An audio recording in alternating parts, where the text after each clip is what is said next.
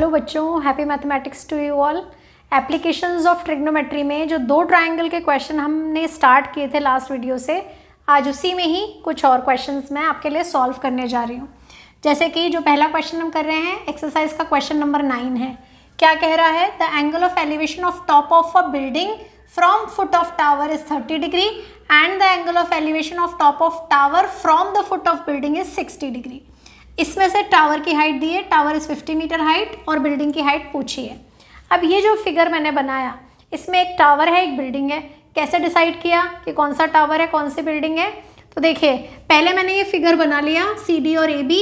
फिर मुझे नज़र आ रहा है कि ये जो D पे एंगल बन रहा है ये थोड़ा बड़ा है, स्टीप है, यानी ये 60 डिग्री है। और जो B पे एंगल बन रहा है वो थोड़ा नीचे झुका हुआ है, यानी छोटा है, यानी 30 डिग्री है। तो जैसे ही ये एंगल डिसाइड हुए, मुझे समझ में आ गया कि 60 डिग्री का एंगल कहाँ से बन रहा था कि angle of elevation top of tower from the foot of building is 60 degree, यानी ये बिल्डिंग का फुट है। तो ये है हमारी बिल्डिंग और ये है हमारा टावर, जो कि हमें 50 मीटर हाइट का दिया गया है। और ये जो बिल्डिंग है इसकी हाइट हमें कैलकुलेट करनी है h, और ये जो बीच में इन दोनों के बीच की डिस्टेंस है इसे हम x अज्यूम कर लेते हैं। इस पूरे फिगर का एक्सप्लेनेशन मैंने यहाँ शॉर्टकट में लिख दिया है। Let AB is a tower of height 50 metre and CD is building. Angle of elevation from B to C is 30 degree, यानी ये वाला, और from D to A is 60 degree. अब हमें H कैलकुलेट करना है, तो हम 1 बाय 1 2 ट्राइंगल लेंगे। तो सबसे पहले जो ट्राइंगल मैं यहाँ लेने जा रही हूँ वो है ट्राइंगल CDB। ट्राइंगल CDB में ये परपेंडिकुलर और ये बेस, यानी tan 30 degree is equal to P upon B। P की जगह CD और उसकी जगह DB। tan 30 की वैल्यू 1 अपॉन रूट 3। CD हमने H ले रखा है, DB हमने X ले रखा है, तो हमें पता चल गया X is equals to H root 3 होगा। ये हमारी इक्वेशन नंबर 1 हो गई। ट्राइंगल बदल के हम दूसरे ट्राइंगल पे आ गए। अब हमारा ट्राइंगल है ट्राइंगल ABD। यहाँ पे फिर से ये 60 डिग्री का एंगल है, तो tan 60 यूज़ किया मैंने, क्योंकि हम फिर परपेंडिकुलर और बेस ही काम में लेने वाले हैं, जो कि हैं AB और DB। tan 60 की वैल्यू रूट 3, AB हमें पता है 50 है और DB हमने X अज्यूम की हुई है, तो यानी हमारे पास आ गया root 3 is equal to 50 upon X। तो ये बन जाएगा एक तरीके से X root 3 is equal to 50। X की वैल्यू H रूट 3 हम ऑलरेडी कैलकुलेट कर चुके हैं, तो मैंने यहाँ X की जगह H root 3 into root 3 is equal to 50 from equation 1 किया। तो रूट 3 और रूट 3 3 हो गए, और वो 3 जाके 50 को यहाँ पे डिवाइड कर देगा। तो हमारे पास H इज इक्वल्स टू 3 से हमने डिवाइड करना शुरू किया। 3 1 जा 3, 2 बचा, 3 6 जा 18, 2 बचा 16 एंड 2 बाई 3 मीटर। ये हो गई हमारी बिल्डिंग की हाइट। तो 16 एंड 2 बाई 3 कर सकते हैं, 16.666 आने वाला है, तो 16.67 कर सकते हैं आंसर। तो हम किसी भी तरह से अपना ये आंसर यहाँ पे शो कर सकते हैं। तो ये हमारे पास बिल्डिंग की हाइट आ गई। बीच की डिस्टेंस उन्होंने हमसे पूछी नहीं है, अगर पूछी होती तो हम x निकालने के लिए क्या करते? x अगर हमें कैलकुलेट करना है तो हमें h को रूट 3 से मल्टीप्लाई करना पड़ता, x भी मिल जाता। तो अब करने जा रही हूँ आपके लिए नेक्स्ट क्वेश्चन, जो कि है क्वेश्चन नंबर 10। क्या कह रहे हैं? 2 poles of equal height are standing on opposite side of each other on either side of the road. तो मैंने फिगर में लिख दिया है AB and CD are 2 poles of equal height, जिसको मैंने h मीटर अज्यूम कर लिया है। इसके बाद उन्होंने कहा विच इज़ 80 मीटर वाइड। ये जो रोड है ये 80 मीटर वाइड है।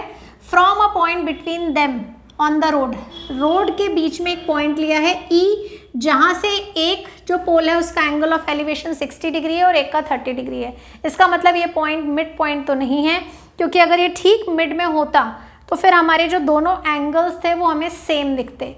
ये पॉइंट जिस पोल से 60 डिग्री का एंगल बना रहा है उसके ज़्यादा नज़दीक है, और जिससे 30 डिग्री का एंगल बना रहा है उससे ज़्यादा दूर है, क्योंकि अगर एंगल छोटा है तो इसका मतलब पॉइंट की डिस्टेंस थोड़ी दूर है। तो इस तरह मैंने ये फिगर बना लिया है, पूरा एक्सप्लेनेशन यहाँ लिख दिया है। AB and CD are 2 poles of equal height, E is a point between them such that angle of elevation from this point to the top of pole are 60 and 30 degree. अब हम अपना question वही trigonometric ratios के through solve करने जा रहे हैं। पहले ट्राइंगल लेंगे।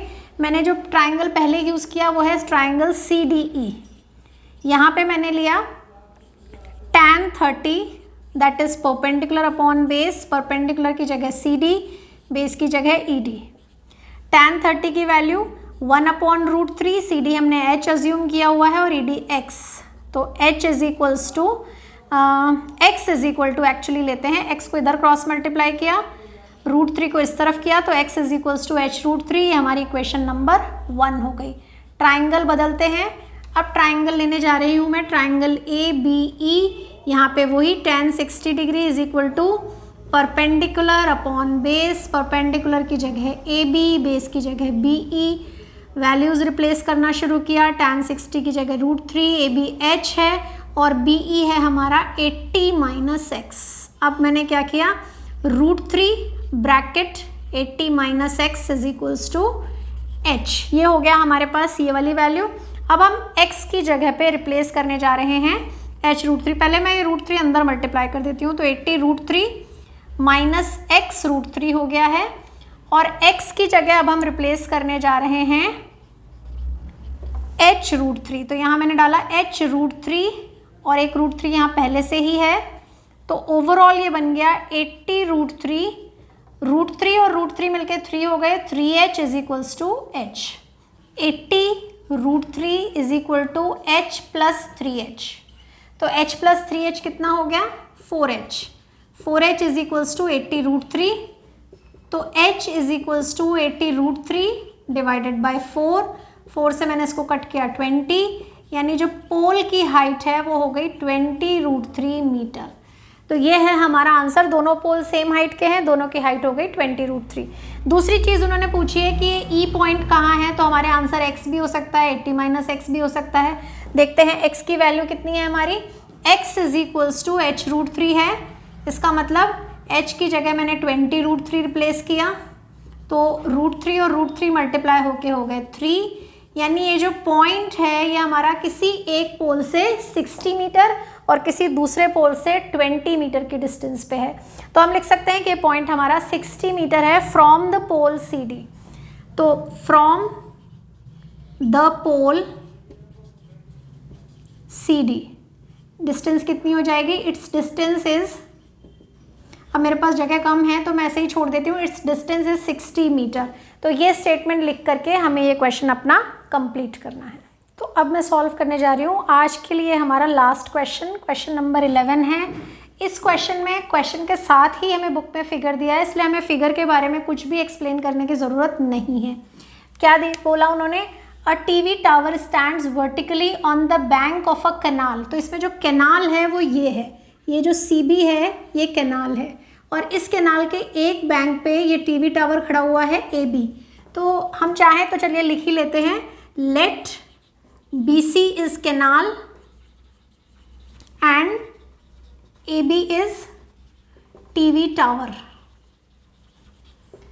फिर उन्होंने कहा from the point on the other bank directly opposite to the tower the angle of elevation of top of the tower is 60 degree. तो ये जो जिस बैंक पे ये टावर खड़ा है उसका जो अनदर बैंक है वो C पॉइंट हो गया, यहाँ से इसका एंगल ऑफ एलिवेशन 60 डिग्री है।